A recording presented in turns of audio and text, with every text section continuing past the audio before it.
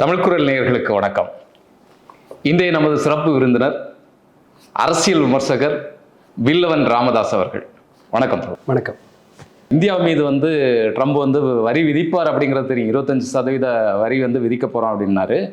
அப்புறம் ரஷ்யாவிட்ட எண்ணெய் வாங்குறதுனால அதிக அபராதம் விதிப்போம்னு சொன்னார். இப்போ திடுதிப்புன்னு பார்த்தீங்கன்னு சொன்னால் 50% வரி விதிப்பை விதிச்சிருக்கிறாரு.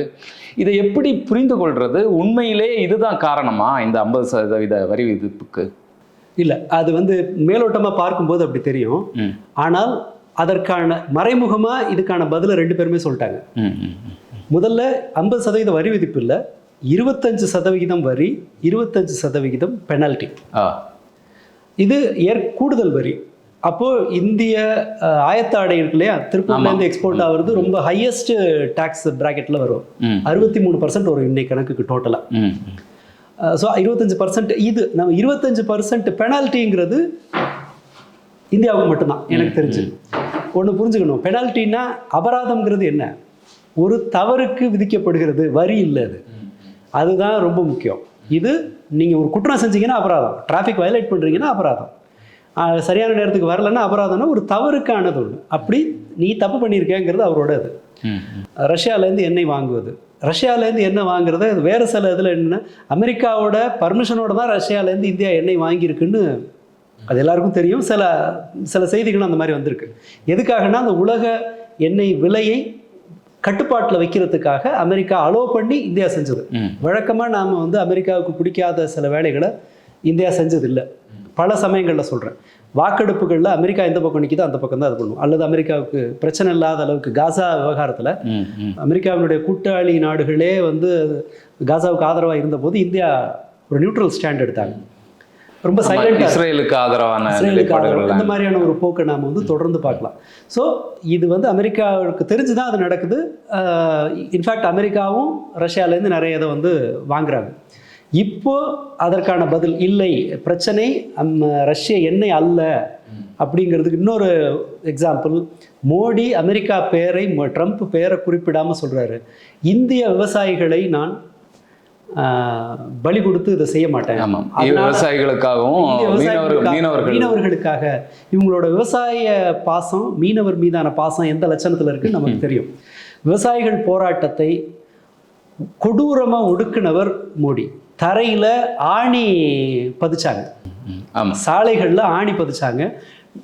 500 பேர், தோராயமாக 500 பேர் இல்லை கொஞ்சம் முன்ன பின்ன இருக்கலாம், அவ்வளோ விவசாயிகள் இறந்த போதும் ஏன்னு கேட்காதவர். எங்கேயாவது ஆஸ்திரேலியாவில் 2 பேர் செத்து போயிட்டா ஐயோ எனக்கு அப்படியே பதறுதேன்னு அறிக்கை விடுற மோடி, வெள்ளைக்காரங்க இறந்தால் பதறி துடிக்கிற மோடி இந்த விவசாயிகளுக்காக எதுவும் செஞ்சதில்லை. சத்யபால் மாலிக்கோட அவருக்கு சண்டை வந்ததே விவசாயிகளுக்காக தான்.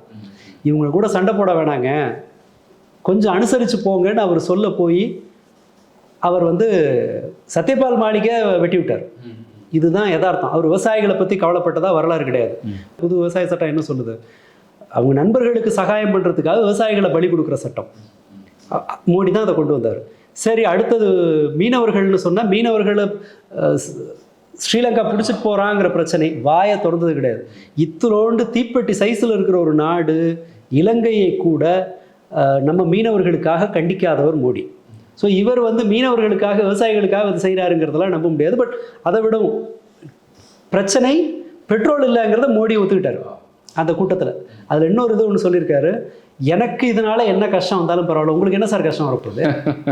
அவர் சாப்பிட்ற காளானில், சும்மா சொல்கிறேன், அவர் சாப்பிட்ற காளானும் குறைய போகிறதில்ல, அந்த காஸ்ட்லி ட்ரெஸ்ஸு, லட்சக்கணக்கில் இருக்கிற ட்ரெஸ்ஸு விலை குறைய போகிறதில்ல, அவர் படோடாபம் அலங்காரம் எதுவும் குறைய போகிறதில்ல. அது அதிகபட்சம் பிரச்சனை எதில் வரும்?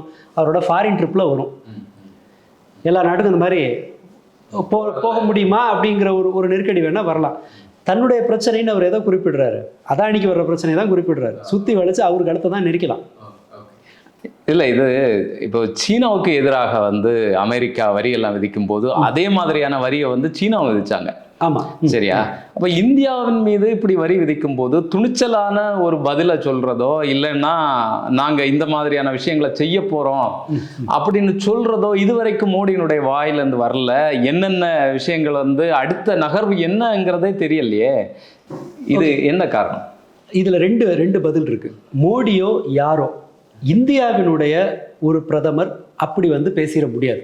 மோடிக்கு ஏன் இப்படி பேசலைங்கிறதுக்கு வேறு காரணங்கள் இருக்கு. ஏன்னா அவர் தன்னை தவிர வேறு எதை பற்றியும் கவலைப்பட மாட்டார். அவர் அதிகபட்சம் தன்னை தவிர வேறு சிலருக்காக கவலைப்படுவார்னா 2A, பெரிய ஏ சின்ன ஏ, அது பெருசு சின்னது மாறிக்கிட்டே இருக்கும். அதானிக்காக கவலைப்படுவார், அம்பானிக்காக கவலைப்படுவார். ஆனால் ஒரு இந்திய பிரதமர் அந்த மாதிரி வந்து வேற ஒருத்தர் இருந்தால் கூட அமெரிக்காவுக்கு எதிராக இப்படி ஃபோர்ஸ்ஃபுல்லாக பேச முடியாது. ஐரோப்பிய யூனியன் இப்போ ஒரு உடன்பாட்டுக்கு வந்திருக்கிறாங்க. அமெரிக்காவிலிருந்து ஐரோப்பாவுக்கு வர்றதுக்கு வரி கிடையாது, ஐரோப்பாவிலிருந்து அமெரிக்கா போகிறதுக்கு வரி இருக்குது. அந்த அக்ரிமெண்ட்டுக்கு அவங்க சைன் பண்ணுறாங்க. ஸோ என்ன பண்ணுறாங்கன்னா வேறு வழி இல்லை, இந்த மினிமம் டேமேஜை நாம் தேர்வு செஞ்சாகணும். அது இல்லாமல் பாதுகாப்பு உபகரணங்களை அமெரிக்காவிலேருந்து நிறைய வாங்குறதுக்கு ஒப்பந்தமாக இருக்குது ஐரோப்பிய யூனியனோட. அந்த பர்சன்டேஜ் எனக்கு கொஞ்சம் குழப்பமாக இருக்குது. ஒரு கணிசமான, அவர் வந்து சொன்ன பர்சன்டேஜை விட கொஞ்சம் கம்மி, ஆனால் ஒரு பெரிய இதுதான். ஒரு கணிசமான விலையை கொடுத்து தான் ஐரோப்பிய யூனியன் வந்து அமெரிக்காவோட அந்த ஒரு டீல் போகுது. ஏன்னா அவர்கள் வேறு வழி இல்லை, இந்த மினிமம் டேமேஜை நாம் வந்து எடுத்துக்கணும்னு சொல்லிட்டு. அப்படி பார்க்கும்போது இந்தியா, சைனாவே முதல்ல அப்படி செய்யலை. 145% வரி விதித்த போது ஆரம்பத்தில் சீனா வந்து தெற்காசிய பிற நாடுகளுக்கு வந்து அவர் விசிட் போனார், எல்லா நாடுகளையும் ஒருங்கிணைக்க முயற்சி பண்ணாங்களே தவிர இம்மிடியேட்டாலாம் சீனா அந்த மாதிரியெல்லாம் ஒன்றும் பண்ணலை. ஒரு தயாரிப்புக்கு பிறகு தான் அவங்க செஞ்சாங்க. சீனாவை போல ரிட்டாலியேட் பண்ண இந்தியாவால் முடியாது. அந்த யதார்த்தத்தை நம்ம ஒத்துக்கிட்டு தான் ஆகணும். இது அமெரிக்காவை சார்ந்து இருக்கிற நாடு. நமக்கு ட்ரேட் சர்ப்ளஸ், அந்த வர்த்தக உபரி வந்து அவங்களுக்கு, அதாவது அதிக ஏற்றுமதி குறைவான இறக்குமதி, அது வந்து அமெரிக்காவோட தான் இருக்குது. ஸோ அது ஒரு டாலர் நமக்கு வர்றதுக்கான ஒரு முக்கியமான ஒரு பாதை. இந்தியா தொழில்நுட்ப ரீதியாக ஒரு வலுவான நாடல்ல, பிராந்திய ரீதியிலான வலுங்கிறது இப்போ நமக்கு இல்லை. மற்ற எந்த டேர்ம்ஸில் நீங்கள் எடுத்துக்கிட்டிங்கனாலும் அமெரிக்காவோட வம்புழுக்கிற அளவுக்கு அல்லது அமெரிக்காவை திருப்பி அடிக்கிற அளவுக்கான வலு நம்மக்கிட்ட கிடையாது. அதை நம்ம ஏற்றுக்கிட்டு தான் ஆகணும். ஆனால் இவர் அதை வந்து அதற்கான அந்த இடத்துல நேர்மையாக செயல்பட்டாராங்கிற கேள்வியை மோடி மேலே நம்ம வைக்கலாம். தன்னுடைய தனிப்பட்ட நலன்கள் அப்படிங்கிறதுல அவர் கரிசனம் காட்டினாரே தவிர, அல்லது இங்கே இதனால் பாதிக்கப்பட போகிற துறைகளுக்கு அவர் என்ன பரிகாரம் செஞ்சார், அதை காப்பாற்றுறதுக்கு என்ன முயற்சி எடுத்தார். இப்போ சொல்கிறார்ல, விவசாயிகளை காப்பாற்றுறதுக்காக நான் இந்த கடுமையான முடிவை எடுக்கிறேன் அப்படின்னு சொல்கிறார். இதை அவர் முன்னாடி சொல்லலை. அண்ட் மோர் ஓவர், ட்ரம்ப் வந்தபோது, ஆட்சிக்கு வந்தபோது, செங்கிஸ்கான் படையெடுத்து வந்தப்போ இந்த ஆசிய நாடுகள்லாம், மத்திய ஆசிய நாடுகள்லாம் வந்து அவர் வர்றாருன்னு தெரிஞ்சாலே பார்டரில் போய் நின்று சரண்டர் ஆனாங்க. ஏன்னா செங்கிஸ்கான் வந்தால் எப்படி ஒழிச்சிருவான்னு சொல்லிட்டு கம்ப்ளீட் சரண்டர் ஒன்று கொடுத்தாங்க. கிட்டத்தட்ட அதை போல் இந்தியா என்ன பண்ணுச்சுன்னா, உடனடியாக கூடி அமெரிக்க பொருட்கள் மீதான, குறிப்பாக அமெரிக்க விஸ்கியோட வரி இது எல்லாத்தையும் குறைச்சாங்க. அவர் மகாராஜா, பெரிய மகாராஜா வந்த போதே நான் அப்போவே எழுதியிருந்தேன், மோடி வந்து ஒரு இன்டர்நேஷனல் எடப்பாடி பழனிசாமி. இவங்க வந்து ஒரு கம்ப்ளீட்டாக சரண்டர் ஆகுறாங்க இல்லையா. மகாராஜா என்ன சொல்றது, நான் விழுறேன்டா காலில், நீ வாலண்டியரா போய் நீ என்ன காலில் விழுற சொல்றது, நீ சொல்றதுக்கு முன்னாடி நான் விழுந்துடுறேன் அப்படிங்கிற மாதிரி இவர் ஒரு சர்வதேச எடப்பாடி பழனிசாமி வரும். அதாவது எதை எதிர்ப்பே இல்லாமல் சரணாகதி அடைவதுங்கிறது. இவங்க அப்போவே வரிகளை எல்லாம் குறைச்சாங்க. அமெரிக்காவோடு வர்த்தகத்தை, அமெரிக்காவிலேருந்து நிறைய பொருட்களை வாங்குறது அப்படின்னு ஒரு முடிவுக்கு போனாங்க. அவர் சொல்றதுக்கு முன்னாடியே ராஜா அவங்க சைடு தான் நிரூபிச்சாங்க. பட் ட்ரம்ப்போட டிமாண்ட் வந்து இவங்களுடைய அடிமடியில் கை வைக்கிற மாதிரி இருக்கு. சிம்பிள், அவரே ஒத்துக்கிட்டாரு. எதாவது சோயாபீன்ஸ், ஆமாம், பால் பொருட்கள், இந்திய மக்களில் பெருமளவு இது எல்லாமே வட இந்தியாவை பாதிக்குது, வட இந்திய விவசாயிகளை பாதிக்குதுங்கிறதுனால அவன் அரிசியை அனுப்புவேன்னு சொன்னால் சத்தம் போடாமல் வாங்கியிருப்பாங்க. ஏன்னா சவுத் இந்தியா இது ஒன்றும் பிரயோஜனம் இல்லை, 140 சீட்டு இந்த சனியை தொலையட்டும்னு விட்டுருவாங்க. இங்கே சிக்கல் வந்து அங்கே 30 வருஷமாக ஓட்டு போட்டு இது பண்ணுறாங்க இல்லையா. மத்திய பிரதேஷ், ஒரு பகுதியை உத்தரப்பிரதேசம், இந்த மாதிரியான இடங்கள்ல இருக்க விவசாயிகள் எதிர்த்தால் நம்மளால் அதை சமாளிக்க முடியாது அப்படிங்கிறது தான். அதுக்கு ஒரு ரீசன் என்னென்னா, விவசாயம் தான் அங்கே பிரதான தொழில். அவனுக்கு அந்த நம்ம நண்பர்கள்லாம் போய் அந்த எஸ்ஐஆர் இதுக்காக பீகாருக்கு போயிட்டு வந்தாங்க இல்லையா, அவங்க சொல்றது என்னன்னா, அவன் ஓட்டுரிமை போயிடும்லாம் கவலைப்படலையா. இந்த 60 லட்சம் பேர் எடுத்தாங்க இல்லையா, ரேஷன் கார்டை பிடிக்கிட்டாங்கன்னா 5 கிலோ அரிசி போயிடுமேன்னு பயப்படுறாங்க. இல்ல தெரியாம இப்படி இது பண்றாங்களா? இப்ப ஓட்டுரிமை இல்லைனாலும் பிரச்சனை இல்லை, எனக்கு அரிசி தெரியாது. அவங்களுக்கு பர்த் சர்டிபிகேட்னா பல பேருக்கு என்னன்னு தெரியலையா. இவங்க பர்த் சர்டிபிகேட் இருந்தால் தான் ஓட்டுரிமைன்னு சொல்றாங்க இல்லையா, குடியுரிமையை நிரூபிக்கிறதுக்கு. பர்த் சர்டிபிகேட்னா என்னன்னே தெரியல பல பேருக்குன்றாங்க. ஸோ அந்த இடத்தினுடைய தன்னோட ஹோல்டை இழந்துடக்கூடாதுங்கிறது தான் அவருடைய கவலையை தவிர, இந்தியாவினுடைய நலன்களை பலி கொடுக்கறதுனா அந்த விஸ்கியை இறக்குமதி பண்றாங்களா, யார் பாதிக்கப்படுவா? இந்திய விஸ்கி உற்பத்தியாளர்கள் தான் பாதிக்கப்படுவாங்க. அவங்களோட இதில் யார் பாதிக்கப்படும், அதுக்கு சப்ளை பண்ணுறவங்க பாதிக்கப்படும். இப்படி தானே நடக்கும். நீங்கள் எந்த ஒரு பொருளை கண்மூடிட்டு இம்போர்ட் பண்ணாலும் அது இந்தியாவில் யாரோ ஒருத்தரை பாதிக்கும். சரி, ஓகே, இப்போ வந்து விவசாயிகளை ஒரு இதை சொல்லிட்டாங்க.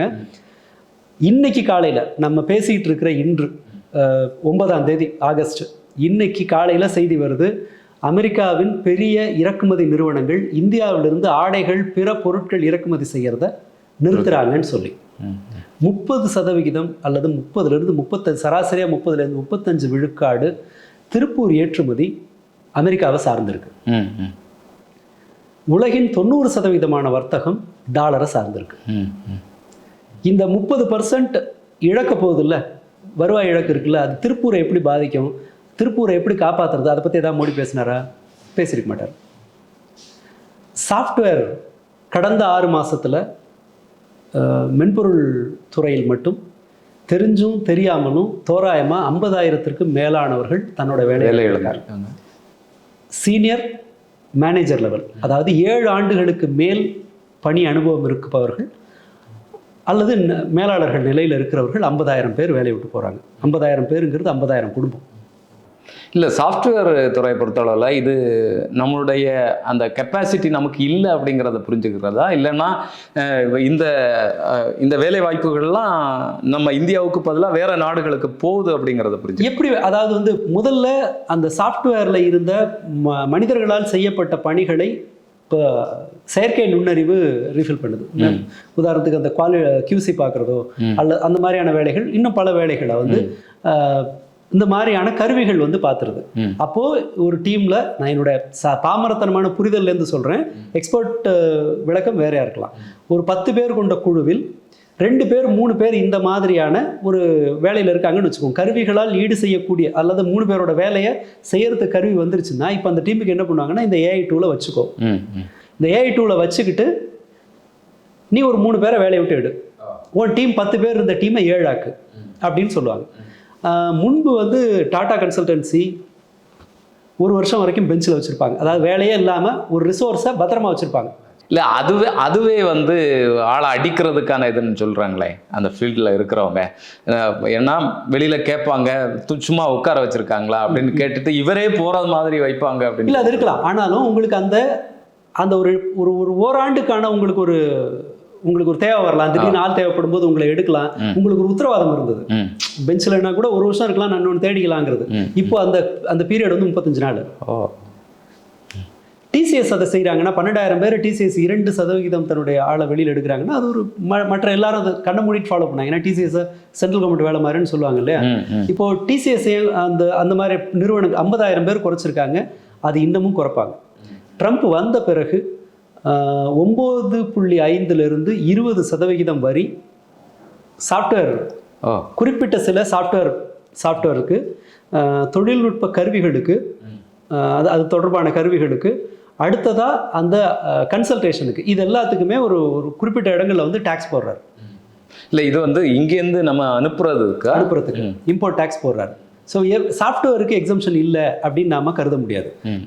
அடுத்ததா இப்போ இந்தியாவை வந்து இந்தியா கழுத்தை நெருக்கிறதுக்காக இன்னொரு 10% டேக்ஸ் போட்டால் சாஃப்ட்வேர் வந்து அடுத்தது பிரச்சனை ஆகலாம். ஒரு ஆப்பிள் ஏன் இங்கே வந்தான்? ஃபெசிலிட்டி அங்கே இருந்தது, மேனுஃபேக்சரிங் ஃபெசிலிட்டி சீனாவில் இருந்தது. 80% சீனாவில் உற்பத்தி பண்ணாங்க. சீனாவிலேருந்து அவன் கடையை இங்கே மாற்றுறதுக்கு என்ன காரணம்? சீனாவின் மீது மிகையான வரி விதிப்பு இருக்கும், சீனாவோட ட்ரேட் பண்ணுறது கஷ்டம், கோவிடுக்கு பிறகு அது பிரச்சனை ஆகலான்றதுனால இங்கே மாற்றுறாங்க. இப்போ இந்தியாவில் அதிக வரி விதிப்பு இருக்குன்னு சொன்னால் புதிய முதலீட்டாளர்கள் எப்படி வருவாங்க? வரமாட்டாங்க. அந்த ஒரு சிக்கல். அதை பற்றி எதாவது பேசியிருக்காங்களான்னா நமக்கு தெரியாது. திருப்பூரை காப்பாற்றுறதோ அல்லது மற்ற இதை காப்பாற்றுறதுக்கான செயல் திட்டம்னு ஒன்று இல்லாமல் இவர்கள் வந்து மேலே மேலே என்ன பண்ணுறாங்கன்னா, அந்த வடிவேலு அந்த புலிகேசி படத்தில் ஒரு டைலாக் பேசுவார் தெரியுமா, போருக்கு தயாராகவே இல்லாமல் நாம் நரிகள் புலிகள்னு சொல்லி ஒரு உசுப்பி விட்டு போவார் தெரியுமா, கிட்டத்தட்ட அதுதான் நடக்குது. இல்லை, இந்த இதில் இருந்து தான் ஒரு கேள்வி. இப்போ பத்திரிகைகள் என்ன பேசிகிட்டு இருக்கிறாங்கன்னா, இந்த ஐரோப்பிய யூனியனில் வந்து இந்த ஆயுதங்கள் வாங்குறாங்கல்ல, எப்படி அடிச்சிட்டோம் பாரு அப்படிங்கிற மாதிரி பேசுகிறாங்க. அது மட்டும் இல்லை, நம்ம வந்து சுதேசி பொருட்களை தான் இனி பயன்படுத்தணும், எல்லாருமே சுதேசி பொருட்களை பயன்படுத்தி இங்கே இருக்கக்கூடிய பொருளாதாரத்தை வந்து தூக்கி நிப்பாட்டுவோம் அப்படிங்கிற மாதிரி ஒரு வீராவசனம் பேசிட்டு இருக்காங்க. இது எப்படி பார்க்கறது? நீங்க சொன்ன மாதிரி வடிவேல் டைலாக்காவே பார்க்கலாம். ஆமாம், இதை அதாவது யதார்த்தம்னு ஒன்று இருக்கு. இந்த இப்போதைய உலகமய சூழல்ல அந்த சுதேசி பொருள்ங்கிற அந்த கோஷம் வந்து சர்வ நிச்சயமா எடுபட போறது இல்லை. நீங்கள் ஒரு மொபைல் ஃபோனை இந்தியாவில் உற்பத்தி பண்ணுறோன்னு சொல்லலாம். அதன் முக்கியமான காம்போனன்ட்ஸ் எல்லாம் சீனாலேருந்து தான் வருது. நாம் இங்கே அசம்பிள் பண்ணுறோம். மற்ற எல்லாவற்றையும் ஒரு ஒரு ஒரு ஒரு மைக்ரோசிப் வேற ஒரு இடத்துலேருந்து வந்தாகணும். அண்ட் மோர் ஓவர் உலகின் உற்பத்தியில் 33% 35% பண்ணுறது சைனா. சுதேசினா நம்மகிட்ட என்ன அந்த மாதிரியான ஒரு கட்டமைப்பை உருவாக்காமல் நீங்கள் சுதேசியை வாங்கினா எங்கே போகிறது? இந்தியா ஆல்ரெடி ஒரு பலவீனமான பொருளாதாரம், மக்களில் மிக பெரும்பாலானவர்கள் 1 லட்ச ரூபாய்க்கு மேலே சம்பாதிக்கிறவங்க நீங்கள் கணக்கு எடுத்திங்கன்னா ஒரு 2% கூட இருக்காது இந்திய மக்கள் தொகையில். 1% தான் இருக்கலாம் அதிகபட்சம் போனால். இப்படி ஒரு நெருக்கடியில் இருக்கிற ஒரு நாட்டில் அவர்கள் மலிவான பொருளை தேடுவாங்களா? நீங்கள் சொல்கிறதுக்காக நரேந்திர மோடி தன்னுடைய பொருட்கள், நரேந்திர மோடி மட்டும்தான் இந்திய ப்ராடக்ட். சொச்சம் ஃபுல்லாக அவர் போட்டிருக்கிற பயன்படுத்துகிற பொருட்கள் எல்லாமே வெவ்வேறு நாடுகள்லேருந்து வாங்குறதான். உட்காந்து போகிற இதுலேருந்து சொல்ல முடியாது. தண்ணியை கூட இம்போர்ட் பண்ணி குடிக்கலாம் இருக்குது. அந்த மாதிரி தண்ணியெல்லாம் இருக்குது. லிட்டரு 900 ரூபா 1000 ரூபா இருக்க விற்கிற தண்ணியெல்லாம் இருக்குது. எனக்கு தெரிஞ்சு ஒரு பிஜேபிக்காரங்க போட்ட போஸ்ட் ஒன்று உண்டு, கோவா அந்த எலெக்ஷன் போதுன்னு நினைக்கிறேன். அமித்ஷா வந்து இந்த தண்ணி நான் குடிக்க மாட்டேன்னு சொல்லிட்டு ஏதோ காஸ்ட்லி வாட்டர் வாங்கிட்டு வர சொல்லி அதுக்கப்புறம் தான் அதை குடிச்சாருன்னு எதோ சொல்லுவாங்க. இவங்க தான் ஒட்டுமொத்த லைஃப்பையும் ஒரு இன்டர்நேஷ்னல் ப்ராடக்டை வச்சு வாழ்ந்துக்கிட்டு நம்மளை வந்து சுதேசியில் வாங்கினா என்னென்ன இருக்குது உங்க சொல்லுங்கள்.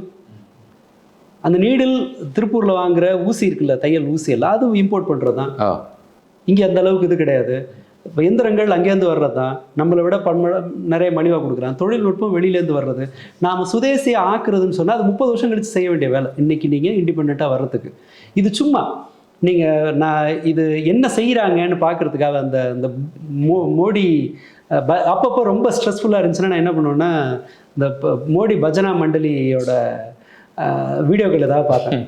ரிப்பப்ளிக் வந்து அவ்வளோதான், ட்ரம்ப்போட ஸ்பாரிங் போர்டை கிளம்பிட்டார் மோடின்னு சொல்லி ஒரு வீடியோ போட்டிருந்தாங்க. அதை பார்த்தா டைரக்ட் ஆன்சர் டு ட்ரம்ப்னா ட்ரம்ப் பேரே அவர் சொல்லலை. அமெரிக்காவை வந்து அடித்து கீழே தள்ளுறதுக்கு வேலையை பார்த்துட்டாரு. நான் ராகுல் காந்தியா மோடியான்னு வந்துச்சுன்னா நான் மோடி பக்கம் தான் நிற்பேன் அப்படி இப்படின்னு கொந்தளிச்சு ஆக்ரோஷமாக பேசினார். என்ன பண்ண போகிறோன்னு ஒன்று சொல்லலை. சரி போயிட்டு போகுது. அதே ரிப்பப்ளிக்கில் அடுத்த வீடியோ பார்க்குறேன். வேற ஒருத்தர் ஒரு பொருளாதார வல்லுநர்னு ஒருத்தரை கூப்பிட்டு வச்சு இந்த டாரிஃப் எல்லாம் எப்படி மோடி ஹேண்டில் பண்ண போகிறாருன்னு பிரமாதமாக ஹேண்டில் பண்ண போகிறாரு. அவங்க என்ன பேசியிருக்காங்கன்னு பார்த்தீங்கன்னா, இது வசுதைவ குடும்பகம், நம்ம வந்து 3000 வருஷ பாரம்பரியம் நமக்கு இருக்குது. 400 வருஷமாக வெளிநாட்டு ஆக்கிரமிப்பாளர்கள் வந்து நம்மளை சுரண்டிட்டாங்க. நம்ம அது என்னது ஒரு பல சேலஞ்சஸை வந்து தாண்டி வந்திருக்கு அப்படி இப்படின்னு சொல்கிறாரு. தவிர என்னையா பண்ண போகிறீங்க அப்படின்னு கேட்டால் அப்போ என்ன சொல்கிறாங்கன்னா, நம்ம சாக்ரிஃபைஸ் பண்ணுறதுக்கு ரெடி ஆகணும்ட்டான். சரியா? அவங்க என்ன பண்ணாருன்னு கேட்டால் கொஞ்ச நாளைக்கு கஷ்டமாக இருக்கும், அப்புறம் எல்லாம் சரியா போயிடும், போக பழகிடும். அதுதான் அதை சொல்கிறாங்க. சரி இது பரவாயில்ல. இன்னொருத்தர் இதே குரூப்பில் வந்து இந்த பஜனை கோஷ்டியில் இன்னொரு பக்கவாத்தியம், இந்த முன்னாள் இராணுவ வீரர்கள் ஒரு குரூப், அந்த ஆளோட வீடியோ போய் பார்த்தா ஒரு கடினமான காலம்ங்கிறது நமக்கு ஒரு வாய்ப்பு. எவனும் வந்து மோடி என்ன செய்யணும்னு சொல்லலை. மோடி என்ன பண்ணாலும் நீ வாயை மூடிட்டு நீ உன் கஷ்டத்தை தாங்கிக்க, உன் வீட்டில் இடம் விழுந்தாலும் ஜிக்கு வாழ்த்து சொல்லிட்டு நீ பாட்டுக்கு உட்காருன்றானுங்க இன்டைரக்டா. இது கஷ்டமான காலம், நாம சகிச்சுக்கணும், எல்லாம் சரியா? என்ன உன் சைட்லேருந்து என்ன செய்வேன்? அதுக்கு விடை இல்லை, அதுக்கு எதுவும் விடையே கிடையாது. அதை விடவும் முக்கியம் ஒரு கேள்வி கேட்குறேன். ட்ரம்ப் வந்து பழைய டென்யூர்லேயே ட்ரம்ப் வந்து இந்தியாவை மோடியை அவமானப்படுத்துனது ரொம்ப சாதாரணமாக நடந்தது. அவரோட அக்சென்ட்டை மொழியை கிண்டல் பண்ணது உண்டு. இந்தியாவை வந்து வெவ்வேறு வழிகளில் அவர் வந்து இன்சல்ட் பண்ணது பண்ணியிருக்காரு. சத்தமே போட்டது கிடையாது. மோடியை வம்பிழுக்கிறத எப்படி பண்ண போயிருக்கிறோம்? ட்ரம்ப் பேரை சொல்லு நீன்னு தானே இது பண்ணுறோம். எத்தனை நாளாக சொல்கிறோம்? வாயை திறக்கிறாரா? இவ்வளவு நாள் இந்தியாவின் மீது இந்தியா தான் வந்து மோசமான வரி விதிக்குதுன்னு இந்தியாவை சொல்லியிருக்காரு. நியாயமான ட்ரேட் பண்ணலை இவங்கன்னு சொல்லியிருக்காரு. வேற ஏப்ரல் மாதம் வந்து வரி விதிக்க போகிறேன்னொடனே ஆப்பிள்காரன் என்ன பண்ணான்னா 4 ஃப்ளைட்டை விட்டு இருக்கிற ரெடியான ஆப்பிள் ஃபோன் எல்லாத்தையும் வாரிட்டு அவசரமாக ஓடினான். இந்தியா மேலே டாரிஃப் போட போகிறாங்கன்னு சொல்லிட்டு எதுக்குமே ஒரு பதில் அடித்ததே கிடையாது. ரொம்ப சைலண்ட்டாக இருந்தார். நான் தான் போரை நிறுத்தினேன்னு சொன்னார். இவரோட ஒரு கூட்டத்தை G7 அந்த சந்திப்பின் போதுன்னு நினைக்கிறேன், மோடி வேலை மெனக்கெட்டு பர்மிஷன் வாங்கிட்டு போய் அங்கே உட்காந்து இவரோட ஒரு கூட்டத்துக்கு போகிறாரு. இந்த கூட்டத்தை ரத்து பண்ணிட்டு போய் மத்தியானம் அசீம் முனிருக்கு பாகிஸ்தான் முப்படை பாகிஸ்தான் இராணுவ தளபதிக்கு பிரியாணி வந்து போகிறாரு வீட்டில். இவ்வளவையும் கண்ணை மூடி சகிச்சுக்கிட்ட மோடி எப்போ ரிட்டாலியேட் பண்ணுறாரு, எப்போ எதிர்த்து பேசுகிறாருன்னு பார்த்தீங்களா?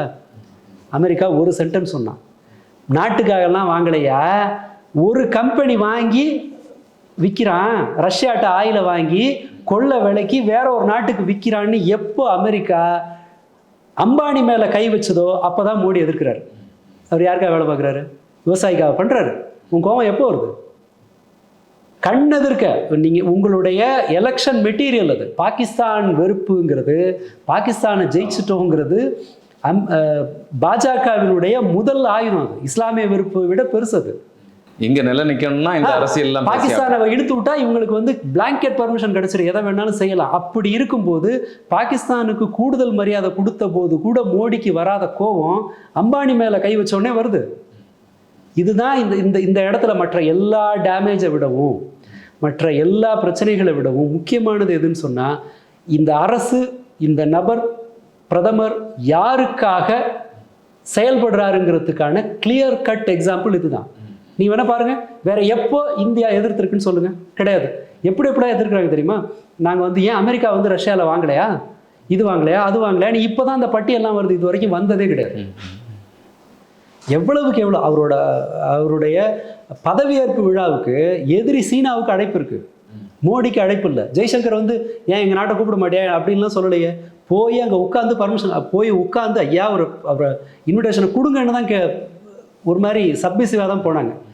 நான் மறுபடியும் சொல்கிறேன், அமெரிக்காவோடு சண்டை இழுக்கணுங்கிறது என்னுடைய நோக்கம் அல்ல, அது என்னுடைய பரிந்துரையும் அல்ல. நீங்கள் எப்போவுமே ஈவன் வலுவாக இருக்கிற நாடுகளை கூட அதை வந்து கண்ணை மூடிட்டு அவங்க செய்கிறதில்ல. அந்த வகையில் நான் ஒத்துக்கிறேன். ஆனால் உங்களுக்கு கோபம் எப்போ வருது? அம்பானி அதானிக்காக மட்டும்தான் நீங்கள் செயல்படுறீங்கிறதுக்கு இதில் எக்ஸாம்பிள் இருக்குது. ஆனால் இவனுங்கெல்லாம் என்ன பண்ணுறாங்கன்னா, கஷ்டம் இருக்கும் சகிச்சுக்குன்றாங்க. பட் அந்த வகையில் ஒன்று சொல்லலாம், இவங்க அத்தனை பேரையும் நான் பார்த்த வகையில் சொல்கிறேன், அவர்கள் ஒரு ஒரு டிசாஸ்டருக்கு ரெடி ஆகிக்கோங்க அப்படிங்கிறத இன்டைரக்டாக எல்லாரும் சொல்கிறாங்க. எந்த ஒரு கடினமான காலமும் நமக்கு ஒரு வாய்ப்பு அப்படின்னு சொல்கிறாங்கன்னா, அல்லது இதெல்லாம் பண்ண போகிறாங்கன்னு சொல்கிறாங்கன்னு சொன்னால் அரசாங்கம் எதுவும் பண்ணாது. நீ நம்ம பழகிக்கணும் அப்படிங்கிறது தான் சொல்கிறாங்க. அடுத்து சேகர் குப்தா, இதை சொல்ல மறந்துட்டேன். சேகர் குப்தான்னு வந்தால் மோடிக்கு வந்து மோடி பக்கத்தில் நின்று வேகமாக மூச்சு விட்டா மோடிக்கு வலிக்குமோன்னு அமைதியாக மூச்சு வர அளவுக்கு பேசுவார். மோடியை டச் பண்ணாமல் எல்லா பிரச்சனையும் விவாதிக்கிறவர். அவர் என்ன சொல்கிறார் தெரியுமா? சீனா இந்தியாவை வந்து ஆதரிச்சிருக்கு இந்த விஷயத்தில், ஒரு நாட்டின் இறையாண்மையில் தலையிடக்கூடாதுன்னு சொல்லியிருக்கு.